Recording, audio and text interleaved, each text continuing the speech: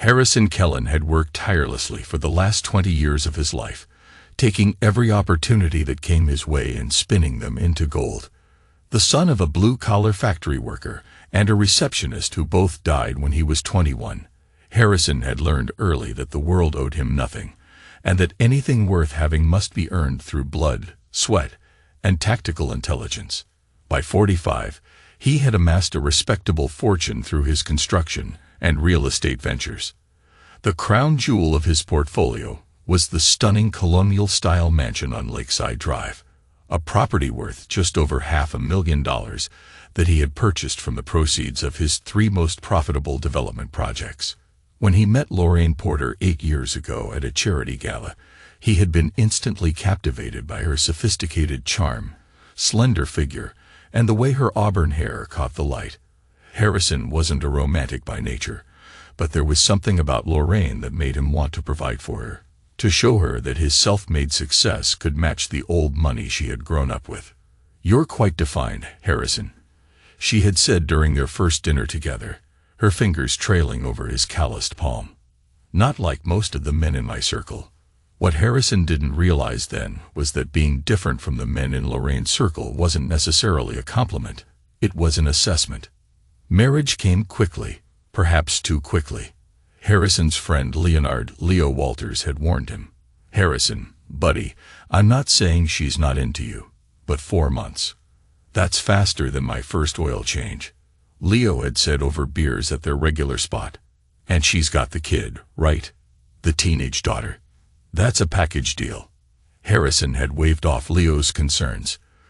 Vanessa, Lorraine's daughter from her brief first marriage to a man who had sadly passed away, as Lorraine always put it, was 14 when they married. Now, at 22, she was about to be married herself to Terrence Sullivan, the son of a local judge. What Harrison had discovered over the years was that being Vanessa's stepfather meant financing her education, her lifestyle, and her whims, but never actually gaining her respect or affection. She treated him with a detached politeness that occasionally slipped into barely concealed disdain. The Porters, Vernon and Gloria, had never approved of Harrison, despite his financial success. Vernon, a banking executive with thinning silver hair and a perpetual scowl, had made it clear from their first meeting that he considered Harrison beneath them. "Construction, is it?" Vernon had said with a thin smile at their first meeting. "How enterprising." Gloria Porter, with her collection of tennis bracelets and designer handbags, was even less subtle.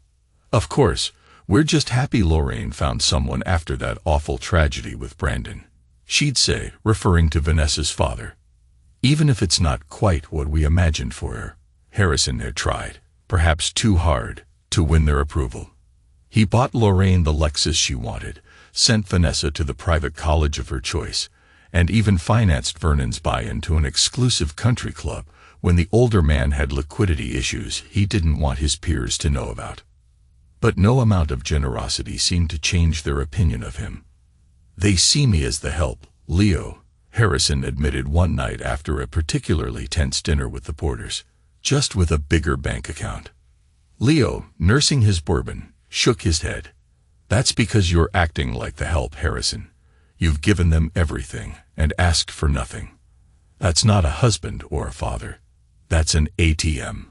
Harrison knew his friend was right, but something in him, perhaps the orphaned young man who had never had a real family, wanted to believe that eventually they would accept him. Then came the wedding plans. Vanessa and Terrence's wedding was to be the social event of the season, at least according to Gloria Porter, who had taken control of every detail. The venue, the flowers, the guest list, all were managed with military precision by Gloria, with occasional input from Lorraine, and none from Vanessa herself, who seemed strangely detached from the whole process. And the bill, all of it, was handed to Harrison. The initial budget of $75,000 had almost doubled by the time the deposits were due. Harrison had questioned the expense once, only once, over dinner. The silence that followed was arctic. "If you find it too burdensome," Vernon had finally said, "perhaps you should have considered that before taking on a family." Harrison had paid the bills without complaint after that, but something had shifted in him. A seed of resentment, planted years ago, began to take root. There were other changes too. Lorraine's late nights at her charity committee meetings, the new perfume she wore, but never when they went out together. The text messages that made her smile in a way Harrison hadn't seen directed at him in years.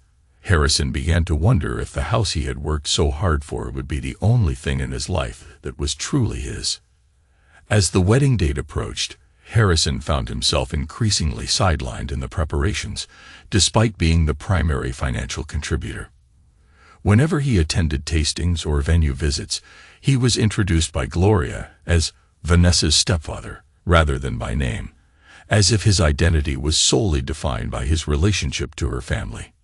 One evening, 2 weeks before the wedding, Harrison returned early from a business trip to Cincinnati. The house was quiet when he arrived, but Lorraine's car was in the driveway. Loosening his tie, he made his way upstairs, intending to surprise her. The bedroom door was slightly ajar, and Harrison could hear Lorraine's voice, low and intimate, coming from inside. I know, she was saying. It's just a little longer, Max. After Vanessa's wedding, we'll figure it out. Harrison froze in the hallway, his heart hammering in his chest. No, he doesn't suspect anything, Lorraine continued. You know Harrison, all business, never sees what's right in front of him. There was a pause, and then a laugh that Harrison hadn't heard from his wife in years. Oh, I miss you too. Last night was. I don't think I've ever felt like that before. Harrison's hand tightened on the doorframe, the wood creaking beneath his grip. He forced himself to step back, to retreat down the stairs silently, his mind racing. Maxwell Pierce. It had to be Vernon's business partner at the bank, the man who had been at their dinner table a dozen times, who had shaken Harrison's hand while supposedly admiring his business acumen. The same man who had danced with Lorraine at the bank's Christmas party, their bodies just slightly too close. Harrison drove to Leo's place, his vision blurred with anger and betrayal. Leo opened the door in sweatpants and a faded Eagles t-shirt, took one look at Harrison's face, and ushered him inside. She's cheating, Harrison said without preamble, accepting the glass of whiskey Leo handed him.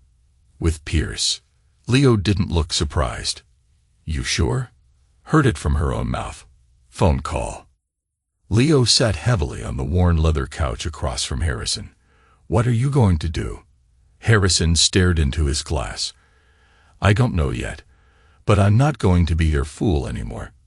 The next day, Harrison met Terrence Sullivan for lunch, ostensibly to discuss some last-minute wedding details. Terrence was a clean-cut young man with intelligent eyes and a reserved manner that seemed at odds with Vanessa's entitled personality. I appreciate you making time for this, Terrence, Harrison said after they had ordered. I wanted to check in, man to man, about how you're feeling about everything. Terrence looked surprised at the question. Honestly, I'm a bit overwhelmed, Mr. Kellen. This wedding has become something I've barely recognized from what Vanessa and I initially wanted. Call me Harrison, please, Harrison said, leaning forward. And I get it. The porters can be forceful. Terrence glanced around the restaurant, then lowered his voice. Between us, sir, I've been having some doubts. Not about Vanessa, he added quickly. I love her. But this family, there's something off. Vanessa changes when she's around them, becomes someone I don't recognize. Harrison felt a spark of interest. How so? She becomes colder, more calculating. Terrence looked down at his untouched salad. Last week, I overheard her on the phone with her mother, discussing how you would be handled at the wedding. Making sure you knew your place, were their exact words.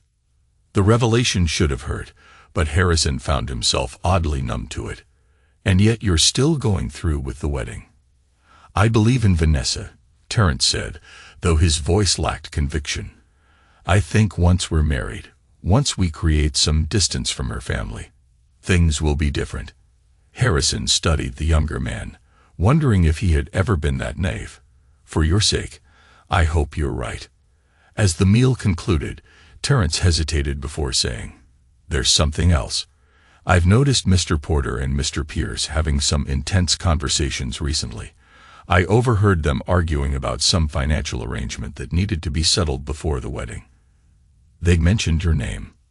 Harrison's eyes narrowed. "My name specifically. In what context?" "They were discussing assets, from what I could gather. Mr. Porter said something about how Harrison's contribution would solve everything.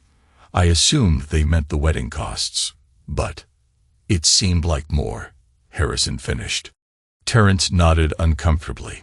"Just thought you should know." That night, after ensuring Lorraine was asleep, Harrison slipped into his home office and began searching through their financial documents. They had maintained separate accounts throughout their marriage, a decision that Lorraine had initially resisted, but eventually accepted when Harrison made it clear it was non-negotiable. Now he was grateful for that foresight. While the wedding expenses had put a dent in his liquid assets, his overall financial position was solid.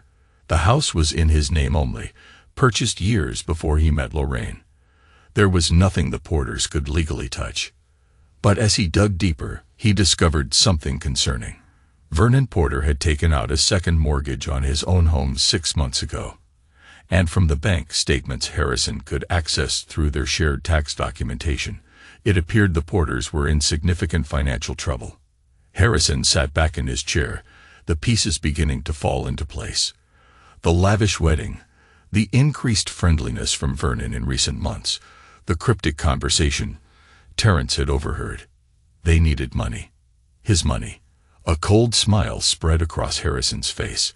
For the first time in years, he felt like he had the upper hand. The question was, how would he play it? The day of Vanessa's wedding dawned bright and clear, the September sun casting a golden glow over the Lakeside Country Club's manicured grounds. Harrison stood at the bedroom window, adjusting his cufflinks as he watched the catering vans arrive. Behind him, Lorraine emerged from the bathroom in a cloud of expensive perfume, her figure flattered by the champagne-colored mother of the bride dress that had cost more than most people's monthly mortgage payments. "You look lovely," Harrison said. The compliment was automatic, despite the numbness he felt toward her now. Lorraine barely glanced at him. "Your tie is crooked." As she brushed past him without fixing it, Harrison caught a whiff of her perfume. Not the one he had given her for their anniversary, but something new, something he suspected Maxwell Pierce had bought her. The ceremony itself was flawless, a testament to Gloria Porter's meticulous planning and Harrison's unlimited budget. Vanessa, radiant in a designer gown that had required 3 separate fittings, was the picture of the beautiful bride. Terence looked handsome but tense, his eyes occasionally darting to Harrison with an unreadable expression. At the reception, Harrison played his part perfectly, smiling for photographs, making a generous toast to the newlyweds, and chatting amiably with guests who had no idea of the storm brewing beneath his calm exterior. It was during a lull in the festivities, as the band took a break and guests mingled around the bar, that Vernon Porter approached Harrison, clapping a hand on his shoulder with unusual friendliness.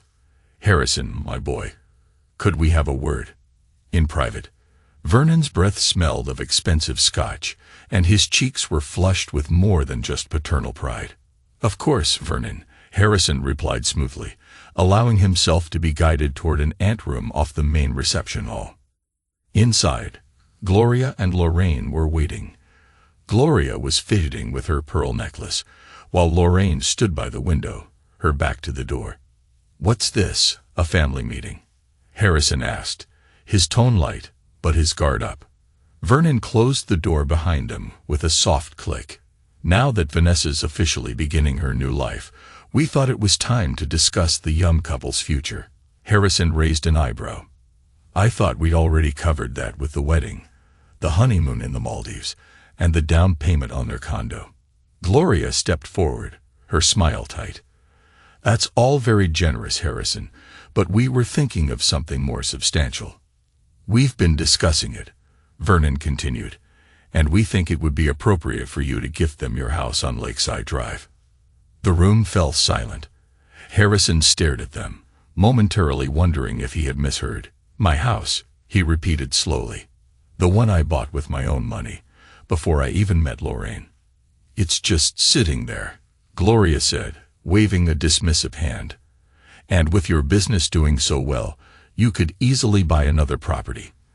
This would give Vanessa and Terrence the perfect start." Harrison looked at Lorraine, who still hadn't turned around. "And you agree with this?" Lorraine finally faced him, her expression cold. "It would be the right thing to do, Harrison. For family." Harrison laughed then, a short, harsh sound that made Gloria flinch. "This is what it's all been about, hasn't it? The wedding, the sudden interest in my business, the family dinners where you actually pretended to like me. You're after my house." Vernon's friendly demeanor evaporated. "Now see here, Helen. This isn't about what you think. This is about providing for Vanessa's future." "No," Harrison said firmly. "This is about bailing you out because you've mismanaged your finances so badly that you need my assets to stay afloat. Did you really think I wouldn't notice the second mortgage, Vernon, the credit card debt? The fact that your country club membership is 3 months in arrears?" Vernon's face darkened with rage. "You've been spying on me." "I've been protecting myself," Harrison corrected. "And the answer is no. The house is mine, and it's staying that way." Vernon lunged forward, grabbing a heavy metal cake stand from a nearby table. "You ungrateful, low-class bastard. After everything we've done for you," he snarled, as the stand connected with Harrison's temple with a sickening crack. Pain exploded through his skull as he stumbled backward, his vision blurring. He collided with a table, sending glasses crashing to the floor as he fell. Through the haze of pain, Harrison heard Gloria gasp and Lorraine, his wife of 8 years, laugh.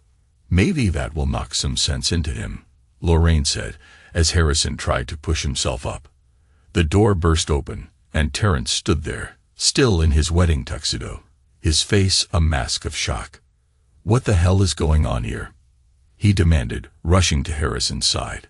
"Just a family disagreement," Vernon said dismissively. "Nothing for you to worry about, son." "I heard everything," Terrence said, helping Harrison to a sitting position. "I was looking for Vanessa and heard shouting. You attacked him because he wouldn't give you his house." Gloria stepped forward, her socialite smile firmly in place. "Terrence, dear, you've misunderstood. Vernon was just." "I understand perfectly," Terrence cut her off. "And it explains a lot about what I've been seeing in this family." He turned to Lorraine, "including why you've been sneaking around with Maxwell Pierce for the past year." The room went deathly silent. "What did you say?" Harrison asked, his voice rough with pain and shock. Terrence looked at him with genuine regret. "I'm sorry, Mr. Kellen. I thought you knew. They've been meeting at the Harborview Hotel every Tuesday and Thursday. Vanessa knows too. She's the one who told me, said it was just how things work in our family." Harrison's gaze locked with Lorraine's, who had gone pale. "Is this true?" For a moment, Lorraine seemed about to deny it. Then her expression hardened. "Max appreciates me in ways you never have. He understands the life I deserve." "The life you deserve," Harrison repeated, a cold clarity washing over him. "And what life is that, Lorraine? One funded by other people's money. One where loyalty means nothing." "Don't you dare judge me," Lorraine hissed. 8 years I've put up with your blue-collar mentality, your embarrassing lack of refinement. Max is twice the man you'll ever be." Harrison wiped blood from his temple, a strange calm settling over him. "Is that so? And does Max know about the prenup he'll need to sign? The one that specifies you get nothing if you're caught cheating? The one with the photographic evidence clause?" Lorraine's expression faltered. "What are you talking about?" Harrison smiled, and there was something in that smile that made even Vernon take a step back. "Check your contract, Lorraine. Page 12, paragraph 4. I had a feeling, even back then." "You're bluffing," she whispered, but uncertainty clouded her eyes. "Am I?" Harrison stood up, steadier now despite the pounding in his head. "I guess we'll find out. But one thing's certain, you're not getting my house. None of you are." Vernon, his face purple with rage, stepped forward again. "Now you listen here." "No, you listen." Harrison cut him off. "This charade is over. I subsidize your family's lifestyle, your debts, and your delusions of grandeur for the last time. I'm done." He turned to leave, then paused, looking back at Terrence. "I'm sorry about all this. Vanessa doesn't deserve you." Harrison pushed past Vernon toward the door. He heard Gloria's panicked voice. "Vernon, stop him. We need that house." Harrison didn't look back. He had seen enough, heard enough. The family he had tried so hard to be part of had never seen him as anything more than a means to an end. As he walked through the reception hall, blood trickling down his temple, guests stared in shock. Vanessa, dancing with one of the groomsmen, caught his eye across the room. There was no surprise in her expression, only cold calculation as she assessed what this meant for her future plans. Harrison nodded at her once, a gesture of acknowledgement rather than farewell, then continued toward the exit. In the parking lot, he pulled out his phone and dialed a number he hadn't used in years. "Natalie, it's Harrison Kellen. I need your services. No, not construction this time. Something more investigative." As he slid into his car, Harrison caught sight of his reflection in the rearview mirror, bloodied, betrayed, but with a new resolve in his eyes. The man who drove away from his stepdaughter's wedding was not the same man who had arrived that morning. That man had died in the anteroom, surrounded by the people who had pretended to be his family. What remained was something harder, something dangerous, and Harrison Kellen was just getting started. 3 days after the wedding, Harrison sat in the sparsely furnished living room of his newly rented downtown apartment, a glass of whiskey in one hand and an ice pack pressed to his temple with the other. The cut had required 7 stitches, and the concussion meant he'd been advised to take it easy for a few days, advice that Harrison had no intention of following. Across from him, Natalie Rivera flipped through the file she had compiled with remarkable speed. At 42, Natalie was a former police detective turned private investigator who had helped Harrison vet potential business partners years before. She was efficient, discreet, and most importantly, utterly merciless when it came to uncovering the truth. "So, to summarize," she said, her dark eyes scanning her notes, "your wife has been having an affair with Maxwell Pierce for the past year. They'd been meeting at the Harborview Hotel every Tuesday and Thursday, often staying the night. Vanessa knows about it and has been complicit, using the information to manipulate both you and her mother. The Porters are in significant financial trouble, with Vernon having taken out a second mortgage on their home and maxing out several credit cards. They'd been using your generosity to keep their heads above water, all while plotting to take your house on Lakeside Drive. And to top it all off, they plan to have you sign over the deed during the wedding reception, using emotional manipulation and threats to coerce you into compliance.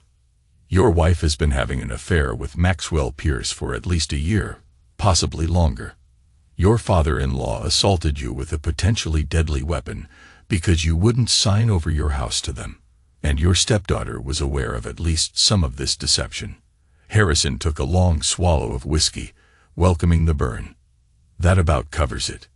And what exactly do you want me to do with this information, Harrison?" Natalie asked, though her slight smile suggested she already knew. "I want everything," Harrison said simply. "Every detail of Lorraine and Max's affair, every financial secret Vernon's been hiding, every skeleton in the Porter family closet. I want ammunition." Natalie nodded, making a note. "And the goal?" Harrison's expression darkened. "They tried to take everything from me, Natalie. My dignity, my home, nearly my life. I'm going to return the favor.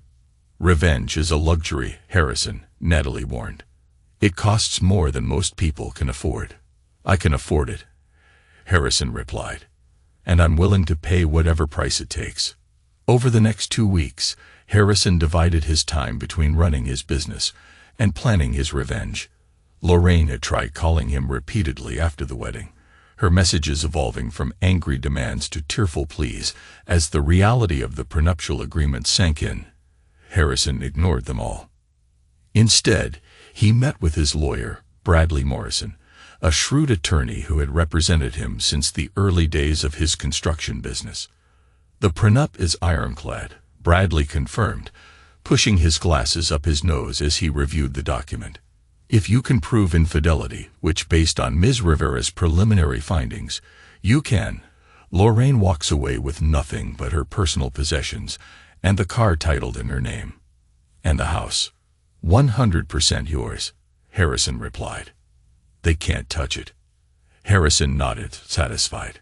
"File the divorce papers immediately, but don't serve them yet. I want to control the timing." While the legal groundwork was being laid, Natalie was producing results that exceeded even Harrison's expectations. Maxwell Pierce, it turned out, was not just Vernon Porter's business partner, but also his financial savior. The bank they jointly owned had been teetering on the edge of insolvency for years, kept afloat only by Pierce's connections to several wealthy overseas investors. "Those investors are interesting," Natalie said during one of their briefings. "Very private, very particular about where their money goes. The kind of people who don't like public scandals." Even more intriguing was what Natalie uncovered about Vanessa. The story of her father's death, the one Lorraine had told with teary eyes about a tragic car accident when Vanessa was a child, was a fabrication. Brandon Kent, Vanessa's biological father, was very much alive and living in Seattle, having been essentially bought off by Vernon Porter when Lorraine became pregnant. "He was a grad student," Natalie explained. "She was a debutante. The Porters couldn't have their daughter married to a nobody, so they paid him to disappear and created the dead husband's story to preserve Lorraine's reputation." Harrison absorbed this information with a cold detachment that would have frightened him just weeks before. "Does Vanessa know?" "Based on the emails I found, yes," Natalie replied. "She's been in contact with him secretly for the past 2 years." The final piece fell into place when Leo called Harrison late one evening. "Harrison, you need to hear this," Leo said, his voice tense.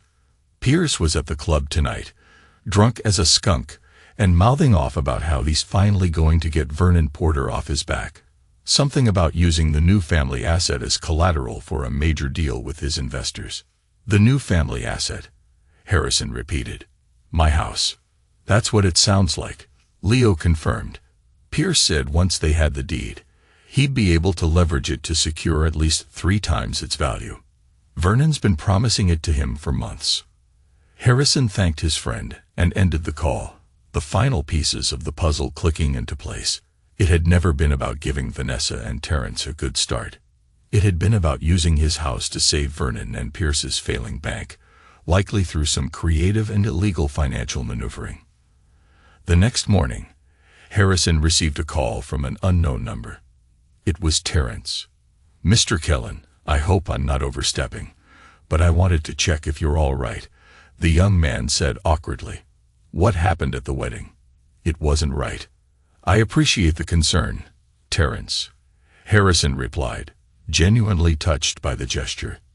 "How's married life treating you?" There was a pause.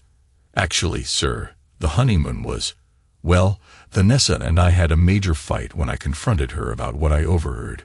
We're staying in separate rooms right now." Harrison hadn't expected that.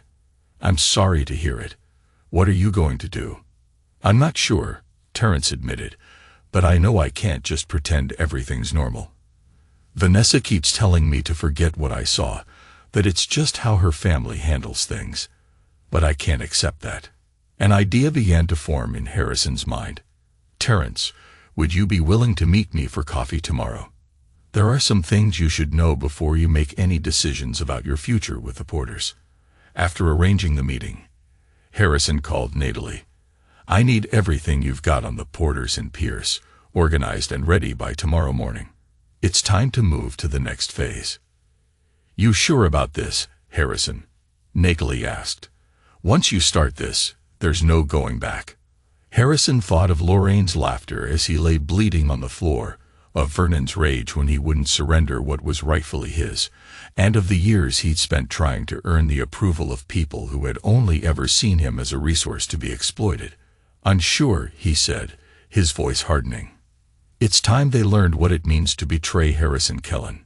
The coffee shop where Harrison met Terrence was a small, independent place downtown, far from the upscale establishments the Porters frequented. Harrison arrived early, selecting a corner table that afforded privacy while allowing him to watch the door. Terrence arrived precisely on time, looking haggard and sleep-deprived in rumpled khakis and an untucked Oxford shirt, a far cry from the polished groom of 2 weeks prior. "Thank you for meeting me," Harrison said, sliding a coffee across the table as Terrence sat down. Terrence accepted it gratefully. "Honestly, Mr. Kellen, I didn't know who else to talk to. Vanessa's family has closed ranks. They're telling everyone you had some kind of breakdown at the wedding, that you attacked Vernon, and he was just defending himself." Harrison wasn't surprised. "And what does Vanessa say?" "She says I should mind my own business," Terrence replied, his voice tight with frustration. "That families have complicated dynamics, and I need to learn to navigate them if I want to be part of theirs." "And do you want to be part of their family?" Terrence stared into his coffee. "I thought I knew who I was marrying. Now I'm not so sure." Harrison nodded, then slid a thin folder across the table. "Before you make any decisions, there are some things you should see." The folder contained a carefully curated selection of Natalie's findings: photographs of Lorraine and Maxwell Pierce entering and leaving the Harborview Hotel on multiple occasions, financial documents showing Vernon Porter's mounting debts, and most damning of all, emails between Vanessa and her biological father, Brandon Kent. Terrence's hands trembled as he read through the materials. "This can't be real," he whispered. "Vanessa told me her father died when she was 6. "That's the story the Porters created," Harrison explained gently. "The truth is, they paid him off to disappear when Lorraine got pregnant. They couldn't accept their daughter being tied to someone they considered beneath them." Terrence looked up, his expression stricken. "Just like they don't accept you." "Just like that," Harrison agreed. "And this affair, Lorraine and Pierce." Terrence shook his head in disbelief. "Vanessa knew all this time?" "According to what we found, yes. She's known for at least 6 months." Terrence pushed the folder away, as if physically distancing himself from its contents could somehow make them less true. "Why are you showing me this?" "Because you deserve to know what you've married into," Harrison said simply. "And because I think you might be the only person in that family with a conscience." "What are you planning to do with all this?" Harrison took a measured sip of his coffee. "I'm going to make sure they face consequences for their actions. All of them." Terrence studied him for a long moment. "Including Vanessa?" "Everyone makes choices, Terrence. Vanessa chose to be complicit in her family's schemes." Terrence looked torn, his loyalty to his new wife battling with his innate sense of right and wrong. "I need some time to think about all this." "Take all the time you need," Harrison said, rising from the table. "But remember, the Porters aren't just manipulating me. They're manipulating you too. They see you as they see me, a resource to be used, not a person to be respected." As Terrence left with the folder, Harrison knew he had planted the first seed of doubt. The first domino was set to fall. The next phase of Harrison's plan required more direct action. Using the intelligence Natalie had gathered about Maxwell Pierce's overseas investors, Harrison arranged a meeting with the most prominent among them. Dmitry Valkov, a Russian businessman with a reputation for ruthlessness that matched Harrison's newfound resolve. The meeting took place at Valkov's suite at the Four Seasons, with only Natalie present as Harrison's advisor. Valkov, a bear of a man with a shaved head and penetrating blue eyes, cut straight to the point. "Mr. Kellen, your message mentioned information about Maxwell Pierce that would be of interest to me. I am listening." Harrison slid across a dossier much thicker than the one he had shown Terrence, Mr. Pierce has been misrepresenting the collateral for your investments in Porter Pierce Banking. The prime real estate assets he's been claiming as security are largely fictional, including a property that belongs to me, that he has no claim to. Valkov's expression remained impassive as he leafed through the documents, but a slight tightening around his eyes betrayed his anger. This is concerning, if true. Every document in that file is authenticated, Natalie interjected. Financial records, property deeds, even recordings of Pierce discussing how he plans to use Mr. Kellen's property as collateral without his knowledge or consent. Valkov closed the file with deliberate calm. What is it you want, Mr. Kellen? Money. Harrison shook his head. I don't want your money. What I want is for Pierce to experience what it feels like when someone takes what's yours without permission. I want him to lose everything he values. A slow smile spread across Valkov's face. I understand vendetta, Mr. Kellen. They are, how do you say, the universal language. He picked up his phone. I will need to verify these documents, but if they are as you say, Mr. Pierce will find his funding suddenly evaporated. That's all I ask, Harrison said, standing to leave. Oh, and Mr. Valkov, I would appreciate if this conversation remained between us. I wouldn't want Pierce to know who provided this information just yet. Valkov nodded, an understanding passing between the two men. Of course. The best revenge, after all, is the one your enemy never sees coming. The following week, Harrison monitored the situation from a distance, his anticipation building as he waited for the first visible signs that his plan was working. They came sooner than expected. Leo called on Thursday evening. Excitement was evident in Leo's voice. Harrison, you won't believe what just happened at the club. Pierce showed up for his regular dinner meeting with those foreign investors of his, but they never arrived. The man was sweating bullets, making call after call. Then Vernon Porter burst in looking like he was about to have a heart attack. What happened? Harrison asked, savoring the image. They had a shouting match right in the middle of the dining room. Porter was demanding to know what Pierce had done, saying something about funding being pulled and investors backing out. Pierce was yelling back that it wasn't his fault, that someone must have sabotaged them. Did they mention any names? Mine specifically. Harrison pressed. No, they seemed completely clueless about who might be behind it. Leo assured him. But Harrison, there's more.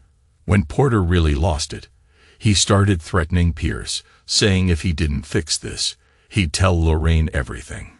Pierce went wide as a sheet and dragged Vernon outside after that. Harrison frowned. Tell Lorraine what? I don't know, but it seemed big. Like, bigger than just the affair kind of big. Harrison thanked Leo and immediately called Natalie. We need to dig deeper on Pierce. There's something else going on that we're missing. Something Vernon could use as leverage against him. Find out what it is. Phase 1 of his plan was unfolding perfectly. The Porters' financial house of cards was beginning to collapse, and the first cracks in the alliance between Vernon and Maxwell were showing.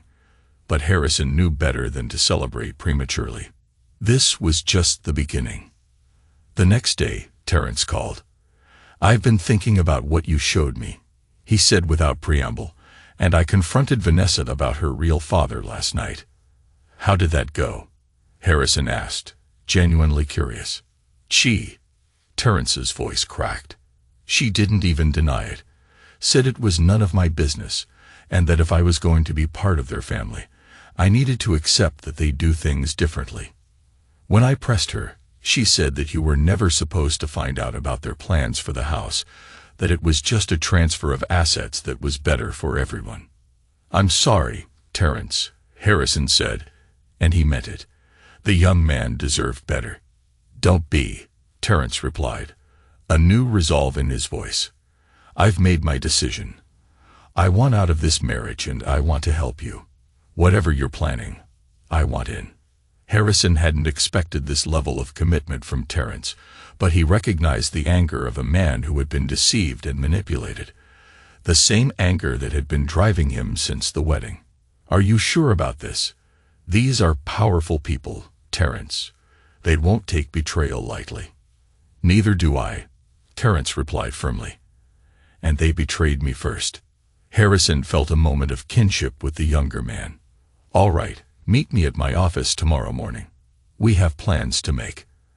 As he hung up, Harrison caught sight of his reflection in the window. A hardened glint shone in his eyes, a sense of purpose, a new beginning fueled by truth and resolve.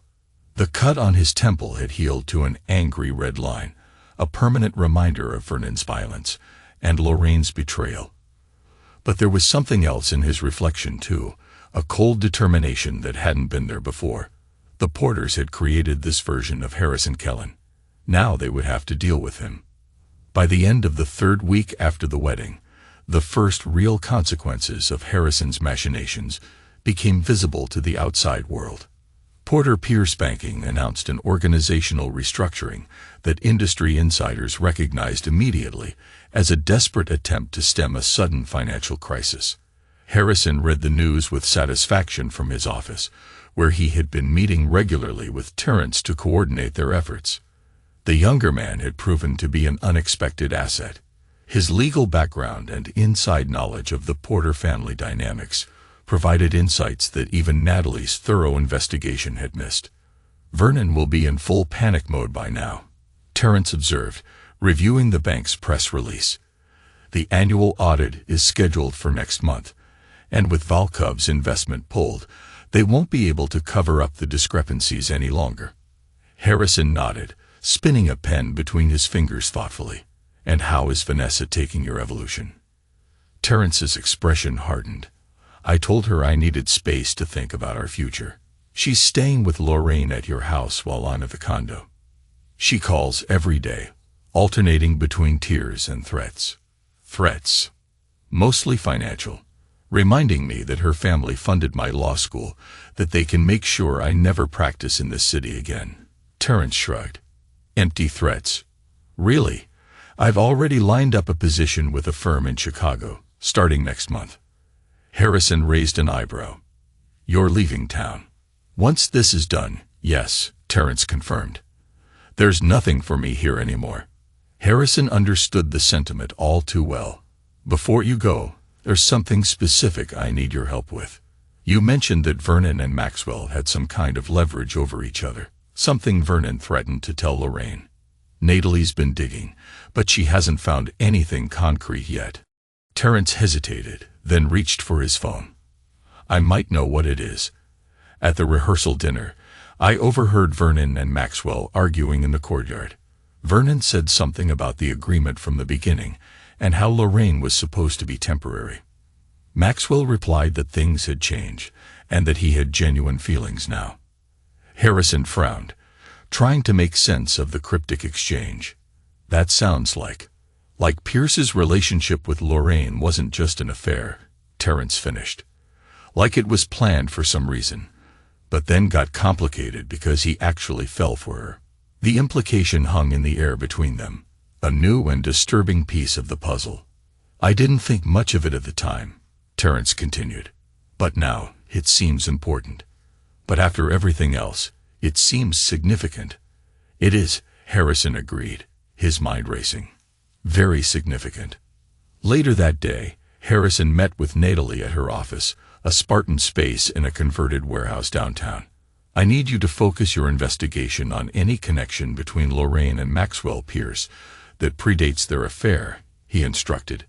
Business relationships, social connections, anything. Natalie made a note. Any particular reason? A hunch, Harrison replied. I think their affair might not be as spontaneous as we assumed. It might have been engineered, possibly by Vernon himself, for some purpose we haven't uncovered yet. Natalie looked skeptical, but nodded. I'll see what I can find. In the meantime, I've got something else you should see. She pulled up a series of photographs on her computer, surveillance shots of Maxwell Pierce entering an upscale apartment building downtown, using a keycard to access a private elevator. This building is owned by a shell company that traces back to Pierce, Natalie explained. He visits 3 times a week, always on the same days, always staying exactly 2 hours. His love nest with Lorraine, Harrison guessed. That's what I thought at first, Natalie said, clicking to the next series of photos. But Lorraine has never been seen entering or leaving this building. These, however, were taken with a telephoto lens through the penthouse window. The images showed Pierce in what appeared to be a lavishly furnished apartment, talking with a striking blonde woman whose face was partially visible in several shots. "Who is she?" Harrison asked, leaning closer to the screen. "Her name is Diana Mercer," Natalie replied. "And here's where it gets interesting. She's the daughter of Trent Mercer, the state banking commissioner." Harrison sat back, the implications clear. The man who oversees all banking regulations and investigations in the state. Exactly. And these photos of them together go back almost 3 years, well before Pierce's affair with Lorraine began. Harrison absorbed this information, the pieces rearranging themselves in his mind. So Pierce has been maintaining a relationship with the banking commissioner's daughter, potentially to influence banking oversight, while simultaneously carrying on an affair with his business partner's daughter. "It gets better," Natalie said, pulling up another file. "Diana Mercer got engaged 6 months ago to Congressman Robert Winters, who sits on the House Financial Services Committee." "Goodness," Harrison muttered. "Pierce has been playing a long game. Relationships with women connected to both state and federal financial regulatory bodies. And neither woman knows about the other," Natalie confirmed. "At least, that's what my sources indicate." Harrison stood, pacing the small office as he processed this new information. This changes things. Pierce isn't just a cheating business partner. He's systemically using personal relationships to protect his business interests. And somehow, Vernon knows about it. "Which might explain why he was so desperate to get your house," Natalie suggested. "If the bank is in trouble, and their usual channels of regulatory protection are at risk of being exposed, they needed a clean, valuable asset that could leverage quickly," Harrison finished. "And I was the closest target." He stopped pacing, a new plan forming in his mind. "This is it, Nat. This is our leverage. Not just against Pierce, but against all of them." "What are you thinking?" Natalie asked, recognizing the dangerous glint in his eye. "I'm thinking it's time for a family reunion," Harrison replied. "One where all the secrets come out at once." He outlined his plan to Natalie, who listened with growing concern. "This is risky, Harrison," she warned when he had finished. "You're talking about taking on not just the Porters and Pierce, but potentially people with serious political connections.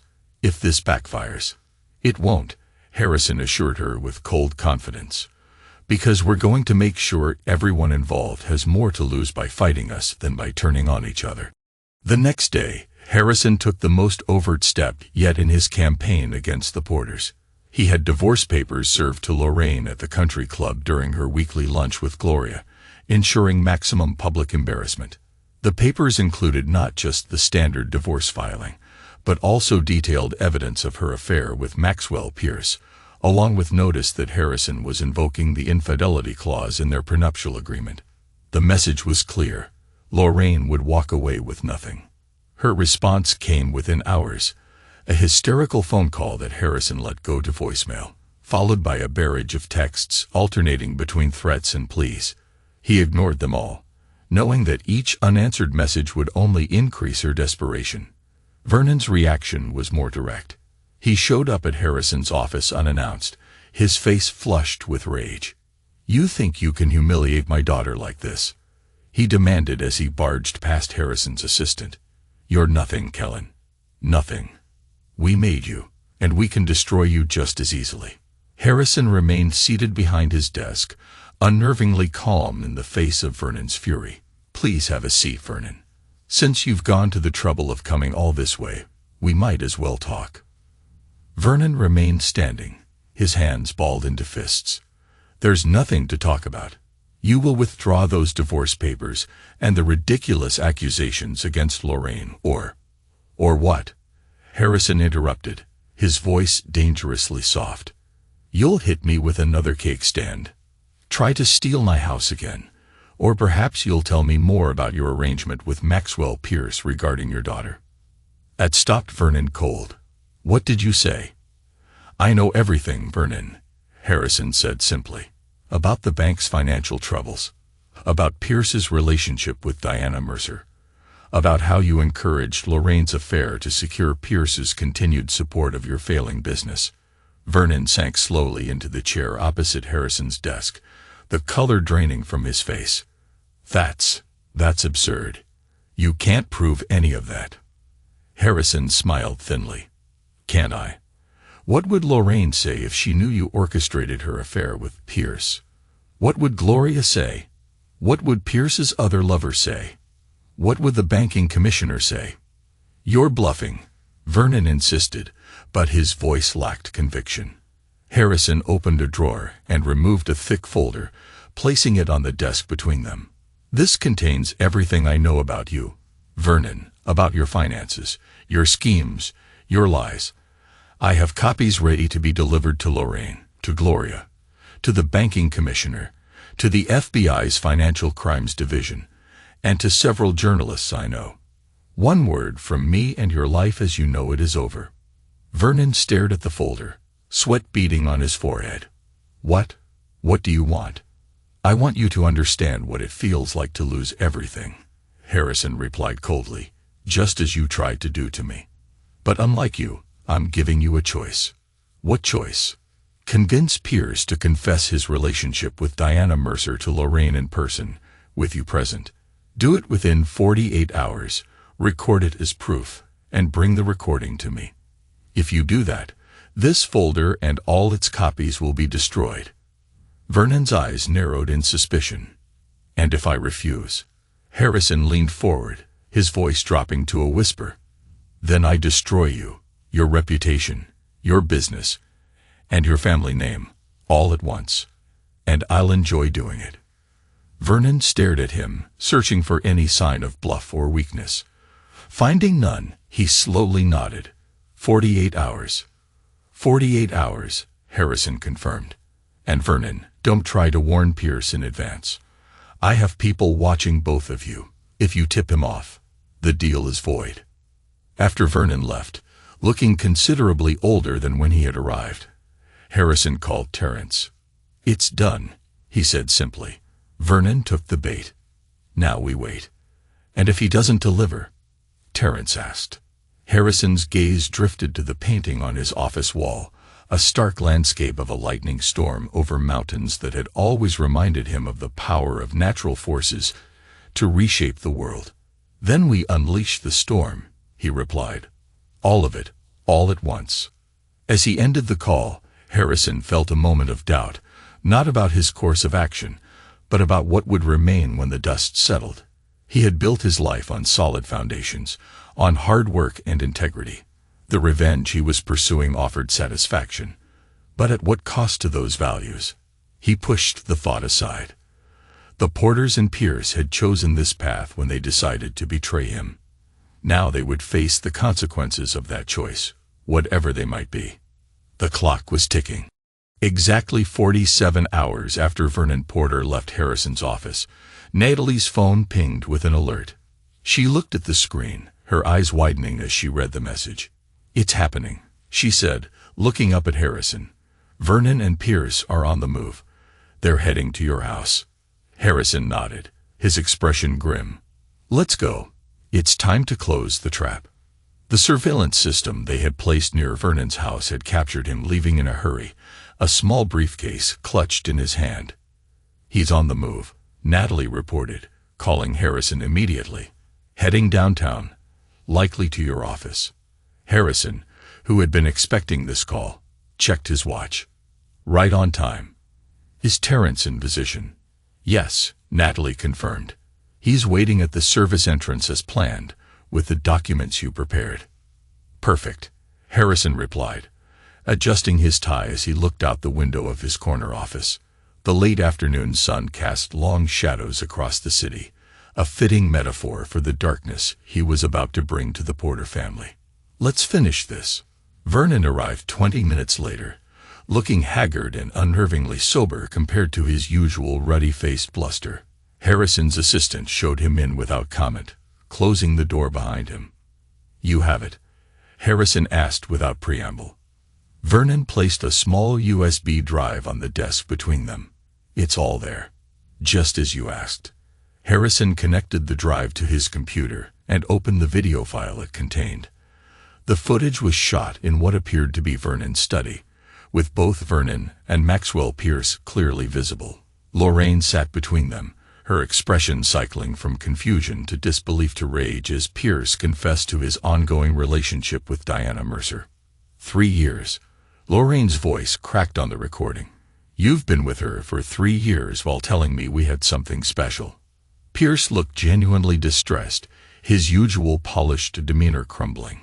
"Lorraine, you have to understand. It started as a business arrangement. Diana's father." "A business arrangement?" Lorraine interrupted, her voice rising. "Is that what I was too? Another business arrangement?" The camera caught Vernon shifting uncomfortably at this question. Pierce glanced at Vernon, then back to Lorraine. "That's complicated." "Complicated." Lorraine stood abruptly. "What does that mean? What aren't you telling me?" The video ended there, freezing on Lorraine's face, contorted with anger and betrayal. Harrison looked up at Vernon. "This isn't the complete conversation." Vernon shifted in his seat. "That's all you asked for. Proof that Pierce confessed to Lorraine about Diana Mercer. That's what I delivered." "What happened after the recording stopped?" Harrison asked, though he could guess. Vernon's gaze dropped to his hands. "Lorraine, she figured it out. About our arrangement. About how I encouraged Pierce to pursue her when the bank first started having troubles. She didn't take it well." "I imagine not," Harrison said dryly. "Finding out your father manipulated you for his business would be rather upsetting." Vernon flinched at the blunt but accurate description. "It wasn't like that. It was just business. Networking.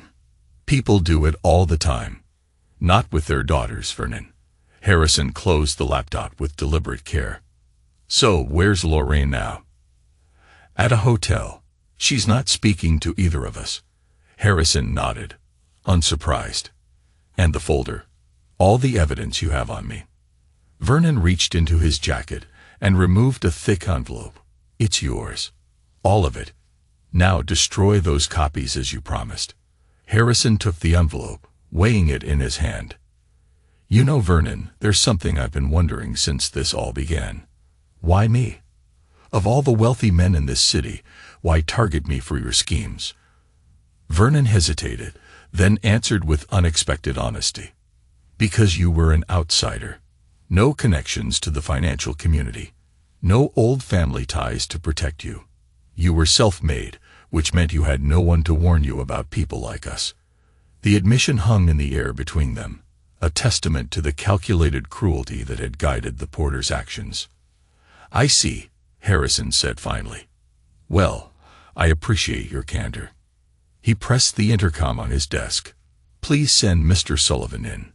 Vernon's head snapped up. "Sullivan? Terrence is here." The door opened, and Terrence walked in, carrying a leather portfolio. His expression was coldly professional as he nodded to Vernon without speaking. "Terrence has been working with me," Harrison explained casually, "ever since your family tried to destroy both of us." Vernon stood, his face flushing with renewed anger. "You treacherous little—" "Careful, Vernon," Harrison cut him off. "Remember your position here." Vernon subsided, glaring at his son-in-law. "What is this? I gave you what you wanted. We had a deal." "We did," Harrison agreed. "And I'm keeping my end. Terrence isn't here for you. He's here for what comes next, which is," Harrison smiled thinly, "justice." At Harrison's nod, Terrence placed the portfolio on the desk and opened it, revealing a stack of legal documents. "These are formal complaints being filed with the State Banking Commission, the SEC, and the FBI's Financial Crimes Unit," he explained in a clipped professional tone.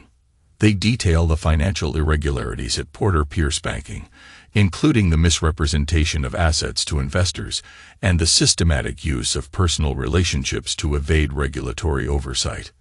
Vernon's face went ashen. "You can't do this. We had an agreement. You said you'd destroy the evidence if I got you the recording. And I will destroy the evidence I have," Harrison assured him. "But these aren't copies of my evidence, Vernon. These are entirely new filings, based on information Terrence has provided as a whistleblower. Information he obtained legally as your daughter's husband, with access to family financial documents." Vernon turned to Terrence, desperation in his eyes. "You can't testify against your own wife's family. There are spousal protections, legal." "I filed for divorce this morning," Terrence interrupted flatly. "And as a lawyer myself, I'm well aware of what evidence is admissible and what isn't." Vernon collapsed back into his chair, the full weight of the trap he had walked into finally becoming clear. "You planned this. All of it. From the beginning." "Not from the beginning," Harrison corrected him. "I didn't plan for you to assault me at the wedding. I didn't plan for you to try to steal my house. I didn't plan for my wife to betray me with your business partner. Those were your choices. I'm just ensuring you face the consequences of those choices. Why not just turn us in directly?" Vernon asked, a hint of genuine curiosity breaking through his despair. "Why this elaborate setup?" "Because I wanted you to understand what it feels like to be manipulated," Harrison replied. "To have your trust used against you. To realize too late that you've been nothing but a pawn in someone else's game." The room fell silent as Vernon absorbed this, his shoulders slumping in defeat. "What happens now?" he finally asked. Harrison stood, signaling the end of the meeting. "Now you go home to what's left of your family. You warn Pierce if you want to. It won't make any difference. The formal complaints will be filed tomorrow morning. After that, it's in the hands of the authorities." "And Lorraine?" Vernon asked, his voice barely audible. "What about her?" Harrison replied coldly. "She made her choices too." As Vernon trudged toward the door, a broken shadow of his former imperious self, he paused with his hand on the knob. "You know, Kellen, I didn't think you had this in you. This ruthlessness." Harrison met his gaze steadily. "Neither did I, Vernon. I guess we both learned something." After Vernon left, Terrence remained, studying Harrison with a mix of admiration and unease. "That went exactly as you predicted." "People like Vernon are predictable," Harrison replied, returning to his desk. "They'll always take what looks like the easiest way out, even when it's actually a trap." "The authorities will move quickly once they have these filings," Terrence noted, gesturing to the portfolio. "The banking commission, especially Mercer, will want to distance himself from the scandal, given his daughter's involvement." Harrison nodded. "Which is why the final phase needs to happen tonight, before they have time to circle the wagons or destroy evidence." Terrence hesitated. "Are you sure about this last part? It's excessive, even after everything they've done." "They tried to take everything from me," Harrison reminded him, his voice hardening. "My home, my marriage, my dignity. They would have left me with nothing if they could. Why should I show them mercy they never intended to show me?" Terrence had no answer for that. "Go home, Terrence," Harrison said, his tone softening slightly. "Pack what you need for Chicago. Once this is done, you'll want to be far away from the fallout."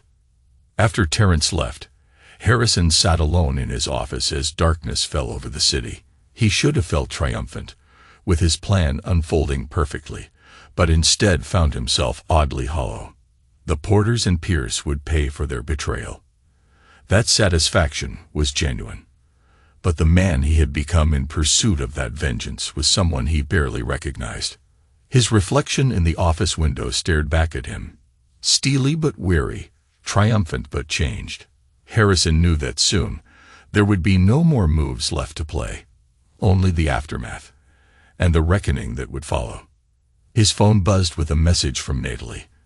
Package delivered to all specified recipients. News outlets already following up. It's happening. The package was a carefully edited dossier containing enough evidence of Porter Pierce banking's irregularities to pique the interest of financial reporters, but not enough to constitute a legal leaking of confidential information.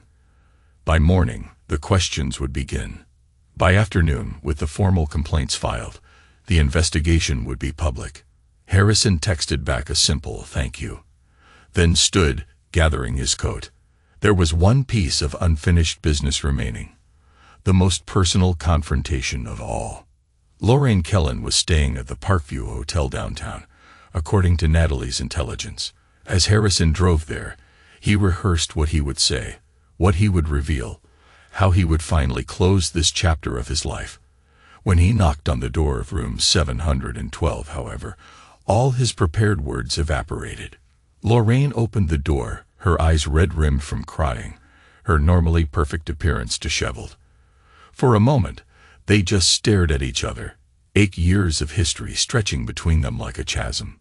"Harrison," she finally said, her voice hoarse. "I've been trying to call you." "I know," he replied simply. "May I come in?" She stepped aside, allowing him to enter the bland hotel room that now served as her temporary sanctuary. Expensive clothes were strewn across the bed, drawers left open in disarray. "I guess you've heard," she said, sitting heavily on the edge of the bed. "About Max, about my father's arrangement." "I've known for some time," Harrison admitted.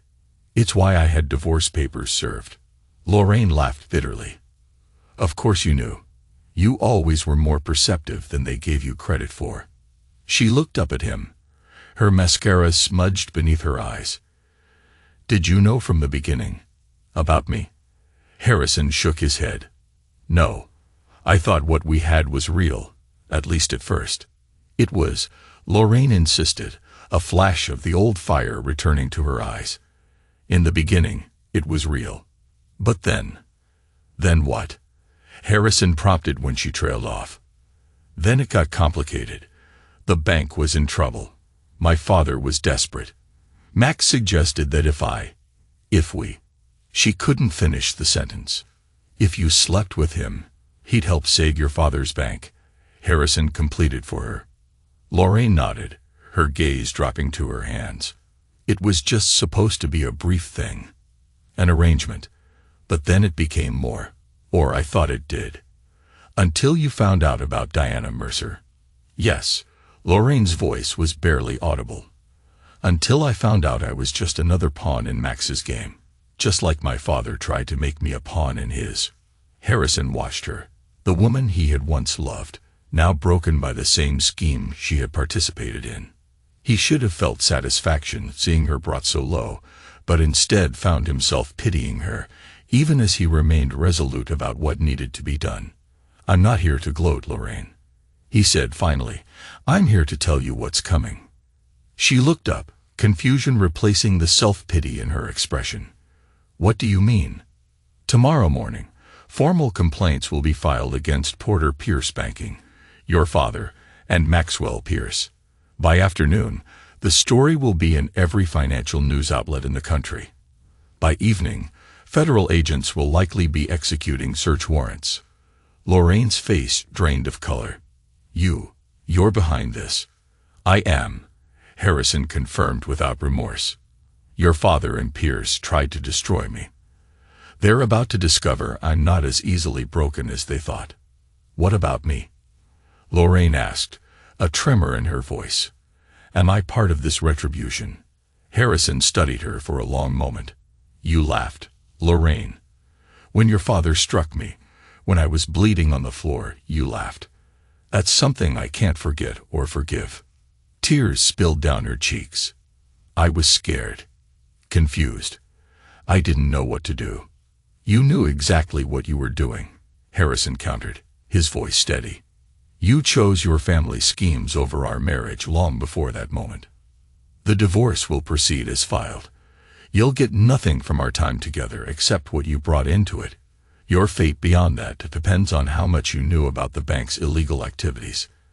"I didn't know anything about the bank," Lorraine insisted desperately. "That was all my father and Max." "Then you have nothing to worry about," Harrison replied, though his tone suggested he didn't entirely believe her. "Accept how you'll support yourself once this is all over." The reality of her situation seemed to crash over Lorraine all at once. No husband, no lover, no family fortune to fall back on. "Harrison, please," she whispered. "We can work something out. We could try again. I made a mistake, a terrible mistake, but—" "No," Harrison said, the single word cutting through her plea like a blade. "What we had is dead. You killed it. I'm not here to negotiate or reconcile. I'm here to inform you of what's coming so you can prepare yourself." He turned to leave, but Lorraine rushed forward, grabbing his arm. "Harrison, wait. You can't just walk away. 8 years. 8 years of lies. 8 years of lies," Harrison finished, gently but firmly removing her hand from his arm. "Goodbye, Lorraine." As he reached the door, her voice stopped him one last time. "You've changed, Harrison. The man I married would never have done something like this." Harrison looked back at her, his expression impassive. "The man you married died at your daughter's wedding. You helped kill him." He opened the door. "The man I am now is the one you and your family created. Remember that when you're picking up the pieces." The door closed behind him with a soft click that felt like the final period on the sentence of their marriage. Outside in the corridor, Harrison took a deep breath, a complex mixture of emotions washing through him. Satisfaction, regret, and an unexpected sense of liberation. The confrontation with Lorraine had been necessary, not just for his revenge, but for his own closure. As he drove home through the dark city streets, he received another text from Natalie. "Final phase complete. All evidence delivered. No going back now." "Good," he replied simply. Tomorrow, the storm would break. Tomorrow, the price of betrayal would be paid in full.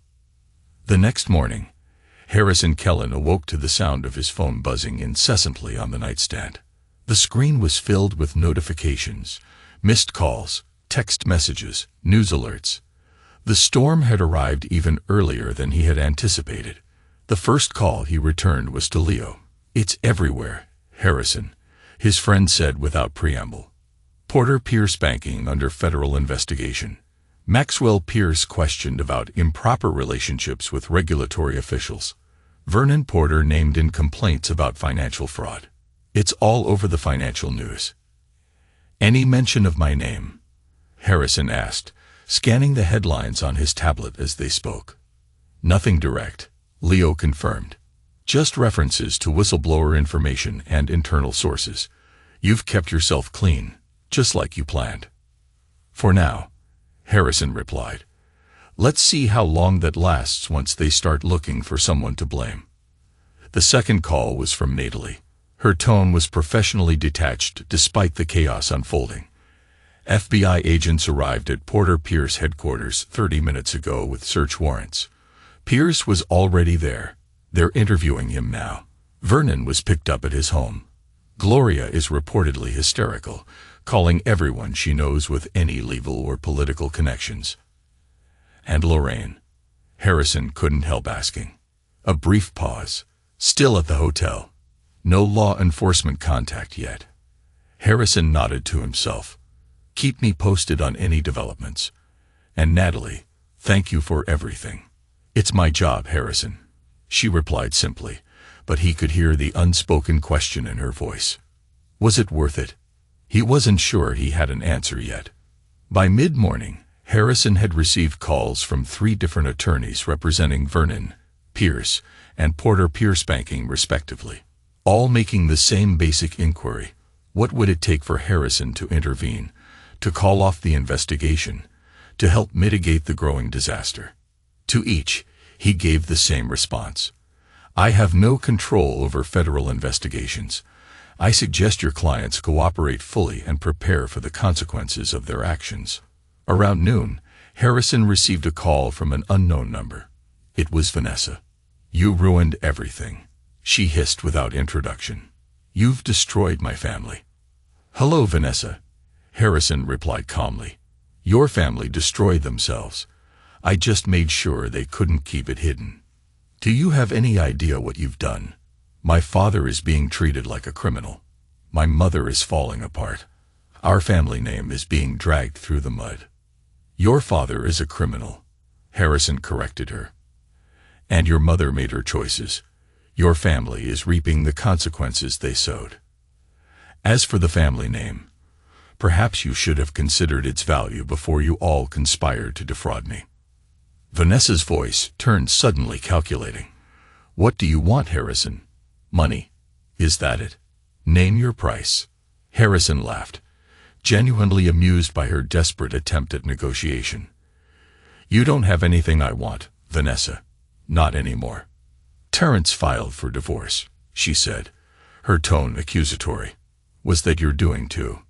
Terrence made his own decisions after learning the truth about your family, about how you knew of your mother's affair and said nothing, about how you were complicit in the attempt to steal my house.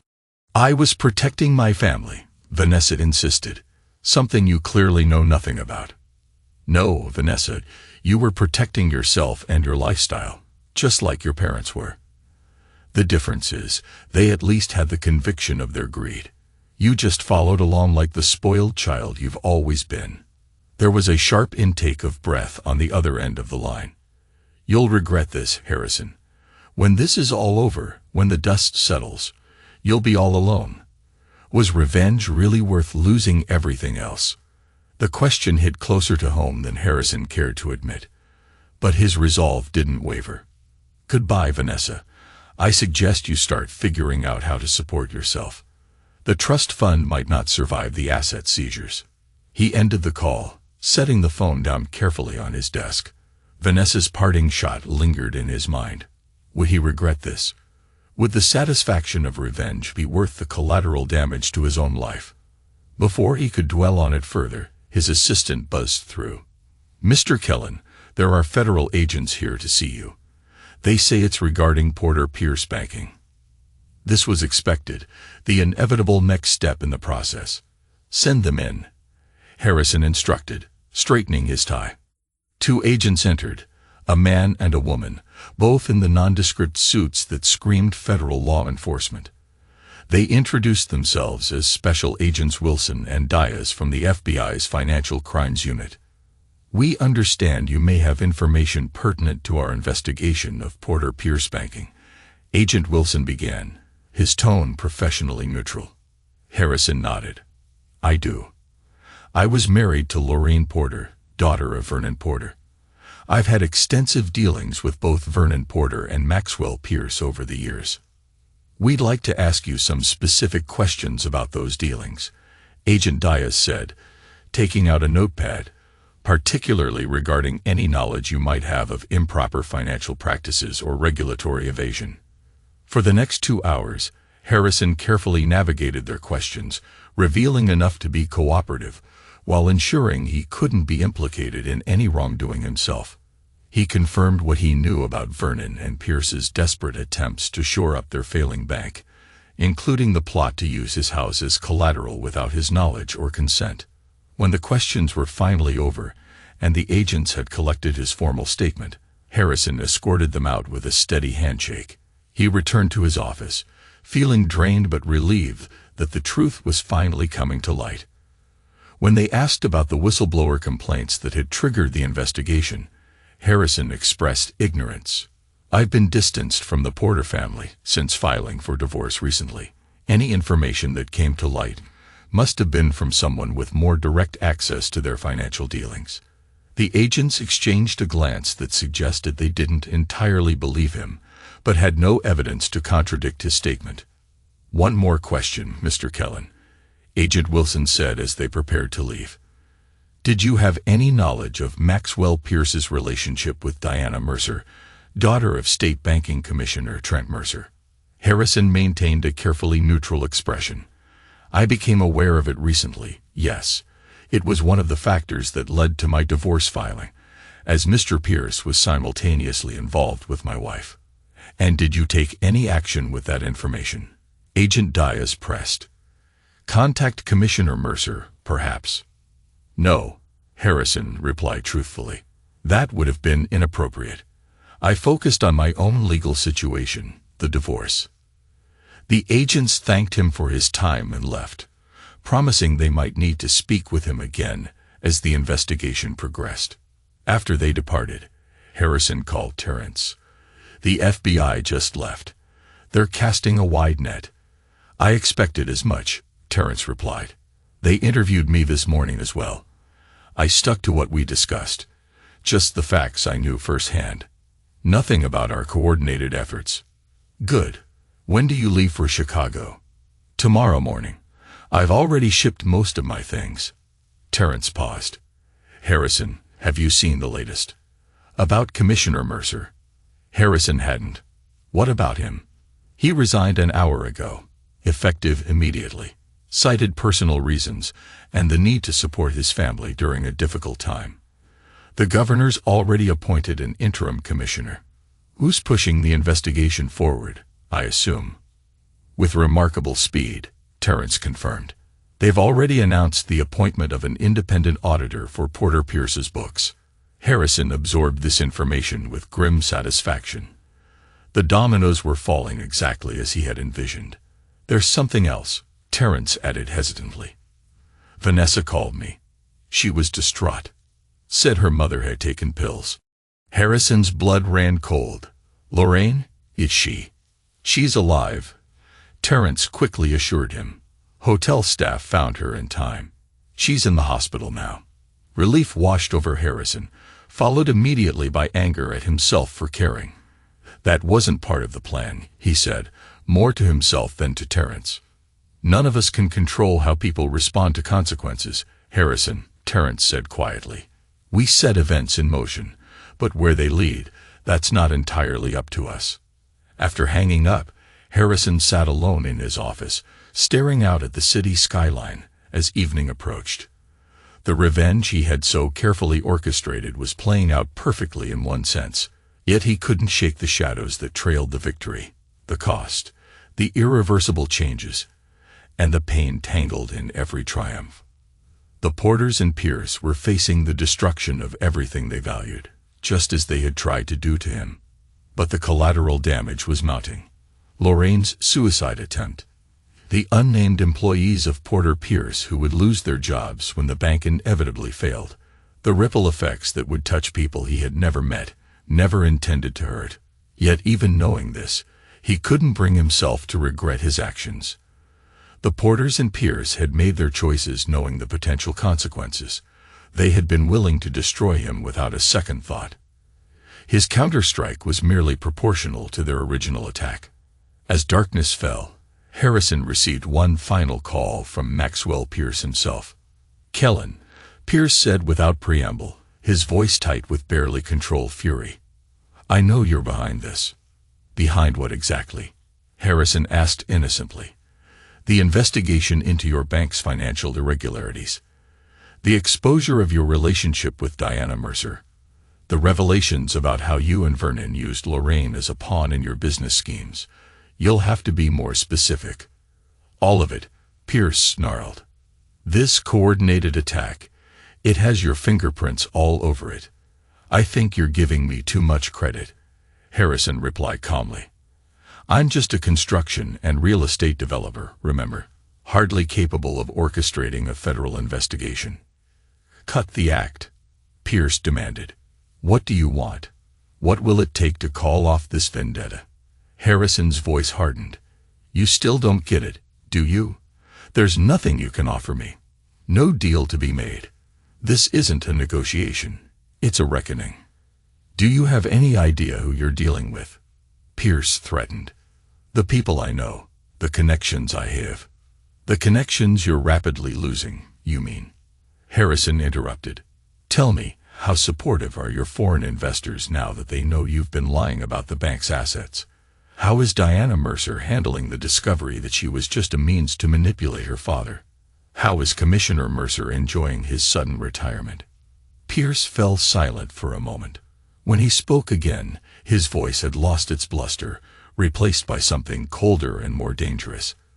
"This isn't over, Kellen. People like you don't win against people like me. Not in the long run." "We'll see," Harrison replied. but from where I'm sitting, it looks like I already have." After ending the call, Harrison stood and walked to the window, staring out at the city lights. Pierce's threat lingered in his mind, but he dismissed it. The man was drowning, grasping at straws. By the time the federal investigation concluded, Maxwell Pierce would be lucky to avoid prison, let alone pose any threat. His phone buzzed with a text from Natalie, turning in for the night. "Tomorrow will bring more developments. Are you satisfied with how things are proceeding?" Harrison considered the question carefully. Was he satisfied? The Porters and Pierce were facing professional and personal ruin. The justice he had craved was being served, but at a cost that left an unexpected emptiness. Still, as he looked out over the sleeping city, Harrison knew one thing for certain. The reckoning was his. And now, at last, he could decide what kind of future to build from the ashes. Their scheme to steal his house and exploit his marriage had been exposed and thwarted. Lorraine would get nothing in the divorce. Justice, by any objective measure, was being served. Yet the hollow feeling persisted. Not regret, exactly, but a recognition that revenge, however complete, couldn't undo the betrayal that had necessitated it. It couldn't restore his faith in people or heal the wounds to his pride and trust. "Progress is as expected," he texted back. "We'll assess satisfaction when it's complete." As he prepared to leave the office, Harrison realized that tomorrow would bring not just more developments in the Porter-Pierce investigation, but the beginning of whatever came after. The revenge that had consumed his thoughts and energy for weeks would eventually end. The question was what would fill the void it left behind. It was a question he wasn't yet ready to answer. 1 month later, Harrison Kellen stood on the deck of his lakeside drive home, watching as the moving company loaded the last of his furnishings into their truck. The house that had been the catalyst for so much conflict was empty now, its rooms echoing with memories he was eager to leave behind.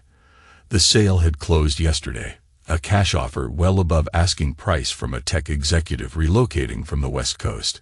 Harrison had accepted without negotiation, wanting only to be done with the property and all it represented. In the 4 weeks since the federal investigation into Porter-Pierce banking had begun, the full extent of Vernon and Maxwell's financial crimes had been exposed. The bank had been placed into receivership, its legitimate assets sold to a larger financial institution to protect depositors. Vernon Porter had been indicted on multiple counts of fraud, financial misrepresentation, and conspiracy. He was currently free on bail, awaiting trial, but the evidence against him was overwhelming. Maxwell Pierce faced similar charges, with the added complication of potential bribery charges related to his relationship with Diana Mercer. The scandal had snowballed beyond anything even Harrison had anticipated. Commissioner Mercer's resignation had led to investigations into regulatory decisions he had made during his tenure. Congressman Winters had broken off his engagement to Diana Mercer within days of the scandal breaking. The Porter name, once synonymous with old money and social prestige, was now associated with fraud and corruption. As for Lorraine, she had been released from the hospital after a 3-day psychiatric hold following her suicide attempt. According to Natalie's sources, she was staying with a distant cousin in another state, having been essentially disowned by her mother when Gloria realized Lorraine would bring no financial benefit to the family anymore. The divorce had been finalized with surprising speed, Lorraine offering no contest to any of Harrison's terms. Standing on the deck, watching the last box disappear into the moving van, Harrison felt the weight of his past finally begin to lift. The fire of betrayal had consumed a chapter of his life, but from the ashes, something new was waiting to be built. As specified in the prenuptial agreement, Lorraine walked away with only her personal possessions and her car. The woman who had once looked down on Harrison's self-made fortune was now effectively destitute. Vanessa's situation was little better. With her family's finances in ruins and her parents gone to Chicago, she had been forced to move back in with Gloria, who was herself facing the loss of the Porter family home, once Vernon's assets were seized to pay restitution to defrauded investors. Harrison had kept tabs on all these developments with a detached interest that surprised even him. The white-hot rage that had driven his revenge had cooled, leaving behind a more calculated satisfaction. He had destroyed those who had tried to destroy him, just as he had intended. Yet as he watched the movers secure the last items in their truck, he found himself wondering about the cost of that victory, not in financial terms, but in what it had revealed about himself. "All set, Mr. Kellen," the moving company's supervisor called, approaching with a clipboard. "Everything's loaded and ready for delivery to the new place. Just need your signature here." Harrison signed the form, then handed the man a generous tip. "Thank you. I appreciate the care you've taken." As the trucks pulled away, Leo arrived in his Range Rover, rolling down the window as he pulled into the driveway. "Ready for your last goodbye to the old homestead?" Harrison glanced back at the empty house. "More than ready." They drove in companionable silence for a while. Leo occasionally glanced at his friend with concern. "You know," he finally said, "I never doubted you'd make them pay for what they did. But I've been worried about what it's done to you, Harrison." Harrison turned from the window to look at his friend. "What do you mean?" "The Harrison I knew before all this. He was tough in business, sure, but he wasn't ruthless. He didn't calculate people's weaknesses and exploit them like chess pieces." Leo kept his eyes on the road as he spoke. "I'm just saying, revenge changes people, sometimes not for the better." Harrison considered this. "The man I was before was naive, trusting. He let people take advantage of him because he wanted to believe in the good in others. And the man you are now?" "Wiser," Harrison replied simply, "less willing to be anyone's fool." Leo nodded, accepting the answer even if he didn't entirely agree with it. "So what's next for the new, wiser Harrison Kellen, now that the revenge tour is complete?" It was a question Harrison had been asking himself more frequently as the Porter Pierce saga wound down. The new penthouse he had purchased downtown was impressive, but felt impersonal compared to the home he had built for himself on Lakeside Drive. His business continued to thrive, but it no longer provided the same satisfaction it once had. "I'm not sure," Harrison admitted. "Expansion, maybe. I've had offers to take the company into markets in other states. Could be time for a fresh start somewhere new." They pulled up to a restaurant where Natalie was waiting for them. The final meeting of what Leo had jokingly called the Revenge Committee. She greeted them with her usual efficiency, already having secured a private booth in the back. "Well, gentlemen," she said once they were seated with drinks, "I suppose this concludes our business together. The final report on the Porters and Pierces is complete. They're finished professionally and socially." "Thanks to your thorough work," Harrison acknowledged, raising his glass in a toast. "I couldn't have done it without you, Nat." She inclined her head in acknowledgement. "Just doing my job. Though I have to admit, this one was particularly satisfying. People like the Porters believe they're untouchable. Proving otherwise has a certain appeal." "Heard from Terrence lately?" Leo asked, changing the subject. "Last week," Harrison replied. "He's settling in well in Chicago. The new firm is impressed with his work. He seems lighter somehow, like he shed a burden." "Some marriages are prisons," Natalie observed dispassionately. "Ending them is liberation, not failure." Harrison knew she was referring to Terrence, but the words resonated with his own situation as well. Despite the ugliness of how his marriage had ended, he couldn't deny that he felt liberated from a relationship that had been built on false pretenses from the beginning. Their conversation drifted to lighter topics. Leo's new boat, Natalie's upcoming vacation, Harrison's plans for his business. For the first time in months, Harrison found himself genuinely relaxed, the weight of his vendetta finally lifting. As the evening wound down, Leo excused himself to take a call from his wife, leaving Harrison and Natalie alone at the table. "I've been meaning to ask you something," Natalie said, swirling the ice in her glass. "Now that it's all over, was it worth it?" Harrison considered the question carefully. "If you're asking whether I regret what we did, the answer is no. They deserved everything that happened to them." "That's not quite what I asked," Natalie pressed. "Was it worth it? Did destroying them heal what they broke in you? The directness of the question caught Harrison off guard. I don't know, he admitted after a pause. I'm not sure anything could fully repair that kind of betrayal. But making them pay, it brought a certain closure. Natalie nodded, accepting his answer. For what it's worth, Harrison, I think you showed remarkable restraint. Given what they did to you, you could have been much crueler in your revenge. How so? Harrison asked, genuinely curious. You could have exposed Lorraine's affair publicly, humiliating her in front of her social circle before the financial scandal broke. You could have sabotaged Vanessa's relationship with Terrence directly, rather than simply revealing the truth and letting him make his own decision. You could have manufactured evidence against Vernon and Pierce, rather than just exposing what was already there. She paused, giving him a searching look. That tells me you haven't lost yourself entirely in all of this. Natalie shrugged. You worked within certain boundaries, even in your revenge. That says something about who you are. Her observation gave Harrison pause. He hadn't thought of his actions in terms of restraint. He had been focused on effectiveness rather than cruelty for its own sake. But she was right. Even at his most ruthless, he had maintained certain principles. Maybe the old Harrison isn't entirely gone after all, he mused. He shouldn't be, Natalie replied firmly.